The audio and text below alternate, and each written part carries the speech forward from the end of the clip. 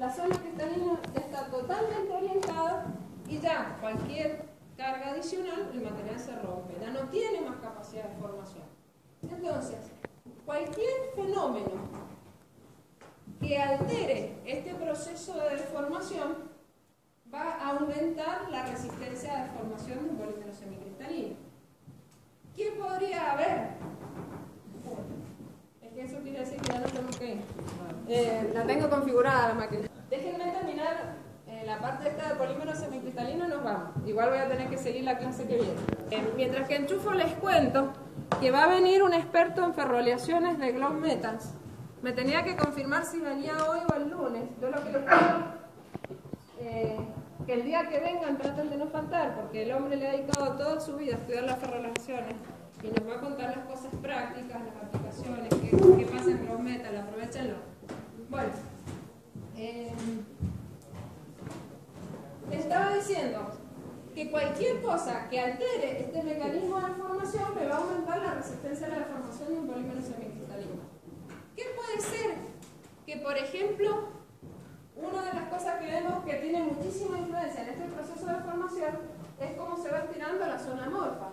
¿Qué podría ser que impida que la zona amorfa se estire? ¿Que aparezcan qué? Entrecruzamientos. Los entrecruzamientos sería que, por ejemplo, esto que está todo enmarañado acá, haga un entrecruzamiento acá y en realidad lo está uniendo este extremo con este extremo porque acá estaban juntos, se separaron cuando yo los estiré. Si hubiera un entrecruzamiento que no los deja estirarse, aumenta la resistencia a la deformación, ¿sí? Bien. Eso lo voy a mostrar más en detalle cuando hable del mecanismo de deformación de los polímeros amorfos. Entonces, ¿qué me va a influenciar? Aumentar el grado de entrecruzamiento, el grado de cristalinidad. El grado de cristalinidad, por lo que les expliqué, que en las cadenas moleculares, mientras mayor grado de cristalinidad haya, se forman enlaces de Van der Waals que impiden el movimiento de las cadenas. Y también tiene mucho que ver el peso molecular. El peso molecular incide en la resistencia de los polímeros y está demostrado que a mayor peso molecular, mayor resistencia.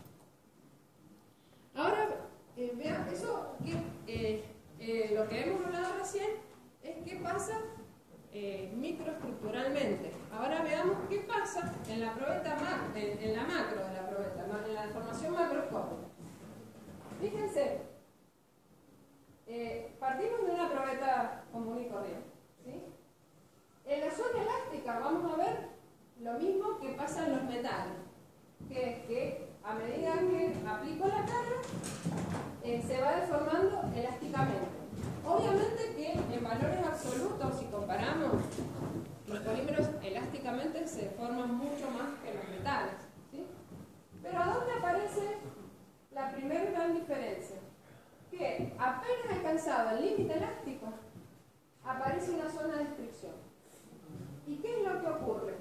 Que en esa zona de fricción el material alcanzó el estado que les mostré recién, donde ya está toda la zona. Pero ¿qué pasa?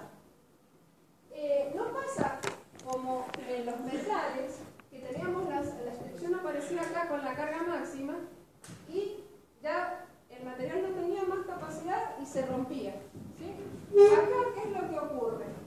Este estado que se da del material en el estado de fricción empieza a propagarse hacia las secciones vecinas, ¿sí? Entonces, si yo dibujara acá una probeta, esta zona de fricción me ocuparía todo esto, ¿sí? Y estaría más larga, ¿cierto? Si la dibujo acá, ya me ocuparía un poco más y estaría más larga. Fíjense, acá ya me ocupa todo esto.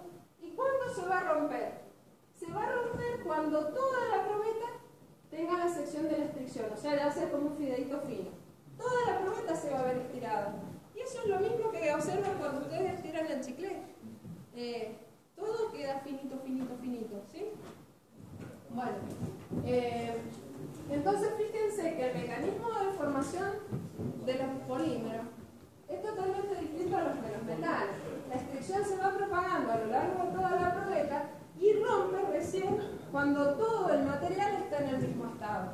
No rompe por una concentración de tensiones en la fricción como pasa en los metales, ¿sí? Bien. ¿Qué hora es? 6:15. Muy bueno. Nos queda bastante. Fíjense, ese es el mismo que les dio la ingeniera Furlani para cerámica, lo vamos a ver en más detalle. Queda temperatura de fusión, transición vítrea, polímeros termoestables, termoplásticos, algunos ejemplos. Bueno, me queda como para viscoelasticidad, elastómeros, me queda como para 1 hora más mínimo. Pero bueno, si pueden ir leyendo algo de lo que hemos visto, esta unidad, siempre todos los años nos pasa lo mismo, que las últimas unidades se nos van acortando los tiempos. Entonces, como no tengo tiempo de trabajar con ustedes un cuestionario en la clase, les he preparado los cuestionarios de autoevaluación que los tienen en el aula virtual. Lo van a tener en cerámica y lo van a tener en polímero. O sea, se salvan de aguantarme a mí con el cuestionario, pero lo tienen en el aula, no se van a salvar del cuestionario. Esos cuestionarios son voluntarios, pero está bueno que los hagan una vez que han estudiado el tema, porque si juegan a adivinar no tiene sentido, porque son multiple choice y bueno, hay un 30% de probabilidad de que le peguen. Pero traten de hacerlo a conciencia, porque cuando ustedes ponen enviar, nos llega a nosotros un informe con si se sacaron un 60 o un 90, yo te tengo que autorizar volverlo a hacer. Entonces, si desaprovechan la oportunidad, pero háganlo, aunque sea antes de rendir, ¿sí? Bueno. Y este simbolito indica que es reciclable. Entonces, son los mismos materiales de los que hemos venido hablando, el PET, el polietileno de alta densidad, el de baja densidad, que ya por lo menos, si ustedes se fijan en las siglas y en los numeritos, ya cuando tengan algún producto plástico en la mano, lo dan vuelta y se fijan si lo pueden relacionar con alguno de todos los que hemos nombrado. Bien, esto ya lo vi. Bueno, ahora vamos a empezar a hablar más en detalle de los elastómeros. Cuando vimos el comportamiento mecánico de los polímeros, definimos los elastómeros ¿cómo? ¿Cómo definimos los elastómeros por su comportamiento mecánico? Entonces, como dice ahí, los polímeros elastómeros son capaces de sufrir grandes deformaciones elásticas cuando se los somete a cargas relativamente bajas. Y vamos a ver que los podemos clasificar en dos grandes grupos, en los naturales y en los sintéticos. Ahora, analicemos cuál es el mecanismo de deformación de un elastómero. ¿Qué es lo que ocurre? En un elastómero hemos dicho que son moléculas en estado de desorden, es decir, material amorfo, donde las moléculas están entrelazadas, enmarañadas, enroscadas entre sí. ¿Qué pasa cuando yo le aplico una carga? Esas moléculas empiezan a alinearse, a desenredarse, a retorcerse de manera que se van acomodando y por eso es que tienen esa facilidad de, ante pequeñas cargas, deformarse mucho. ¿Se acuerdan el ejemplo doméstico que les di de cómo podíamos recordar a los elastómeros? Con la cabeza de un compañero de ustedes. Sí, que hoy no vino. No está don Romeo. No. Bueno.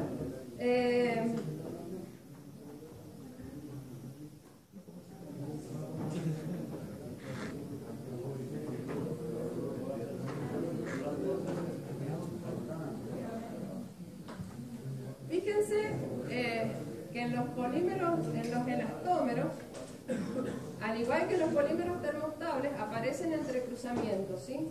Pero el grado de entrecruzamiento transversal que hay en los elastómeros es muchísimo más bajo que el grado de entrecruzamiento que hay en un termoestable. Si yo incrementara notablemente el grado de entrecruzamiento de un elastómero, pasaría a tener un termoestable, tendría un comportamiento termoestable.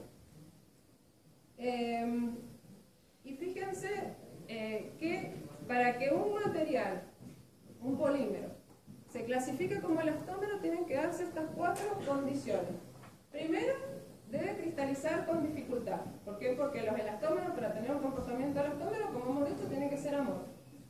Segundo, las rotaciones de los enlaces de las cadenas deben ser relativamente libres, por lo mismo que les explicaba cuando hablábamos de transición vítrea. Si tienen grupos muy proceso de acomodamiento de las cadenas para poderse estirar se dificulta. Entonces no pueden tener grupos muy grandes adheridos a las cadenas principales. El inicio de la deformación plástica debe retrasarse porque la deformación de los elastómeros es esencialmente elástica, o sea, hay predominio de deformación elástica, o sea que si hay plástica es muy poca. Y deben estar por encima de la temperatura de transición vítrea, porque si están por debajo de la temperatura de transición vítrea se van a comportar como un sólido rígido, ¿sí? Vieron que está todo relacionado. Bien, fíjense acá, esto es el caso de cómo se deforma un hule, que es lo mismo que decir un caucho natural o un caucho. Es que todavía no les expliqué lo que es vulcanizado. Esta filmina se me discoteó primero. Les explico primero qué es vulcanizado. Como dijo recién el compañero, el caucho en estado natural es sumamente gomoso, pegajoso, y eso le reduce sensiblemente sus aplicaciones. Entonces se hace un proceso de agregación de moléculas de azufre a elevadas temperaturas y presión que hace que esas moléculas esta es una molécula de caucho y esta es otra, que se llama isopreno, que hace que al agregar el azufre forme los entrecruzamientos. Y esos entrecruzamientos son los que limitan el movimiento de las cadenas y por lo tanto aumentan la resistencia del material. Entonces fíjense, este sería el comportamiento de un caucho no vulcanizado y fíjense cómo se mejora el módulo de elasticidad y la resistencia cuando hago un proceso de vulcanizado y genero estos entrecruzamientos a partir del agregado de azufre. Entonces, como les quería mostrar recién, fíjense acá yo tendría un caucho natural sin vulcanizar y acá uno vulcanizado. Está representado que está vulcanizado porque estoy viendo que aparecen entre mis cadenas uniones de enlaces covalentes. Estos son los entrecruzamientos. Entonces fíjense, cuando yo le aplico la carga, los entrecruzamientos impiden el total desplazamiento del material y reducen la deformación. Pero también influyen en la recuperación de ese polímero. El polímero, una vez que quito la carga, el que no es vulcanizado tiene un comportamiento totalmente elástico porque se recupera totalmente, mientras que el otro tiene una recuperación parcial porque siguen jugando el rol de tener sujetas las cadenas entre sí y los entrecruzamientos. Profe, ahí en la imagen parece al revés, ¿no? El vulcanizado está igual y el otro está.